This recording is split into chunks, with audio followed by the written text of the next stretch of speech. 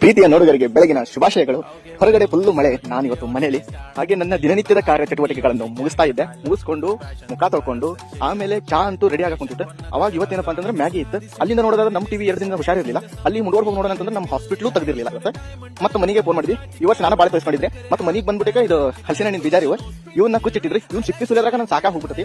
ಇನ್ನೊಂದಕ್ಕಿಂತ ಸಿಪ್ಪಿ ಸುಲಿಯೋದ ಬಾಕಷ್ಟ ಅಂತಂತೂ ಸುಲಿದ್ಬಿಟ್ಟೆ. ಆಮೇಲೆ ಡಾಕ್ಟರ್ ಮನೆಗೆ ಬಂದು ನಮ್ಮ ಟಿವಿನ ನೋಡಿದ್ರು. ಅದಕ್ಕೆ ಟ್ಯಾಬ್ಲೆಟ್ ಇನ್ನೊಂದು ಇಂಜೆಕ್ಷನ್ ಮಾಡಿ ಸರಿ ಮಾಡಿದ್ರೆ ನಾನು ಫುಲ್ ಕ್ಲೀನಿಂಗ್ ವರ್ಕ್ ಫುಲ್ ಧೂಳು ಮುನ್ಬಿಟ್ಟಿದ್ರಿ. ಆಮೇಲೆ ಮತ್ತೆ ಹುರ್ಕೊಂಡು ತಿನ್ನೋದ್ರಾಗ ಅಂತ ಹೇಳಿದ್ರೆ ಟಿವಿ ಓಪನ್ ಆಗಿ ಪುಣ್ಯ ಕುಂತಿದ್ದೆ.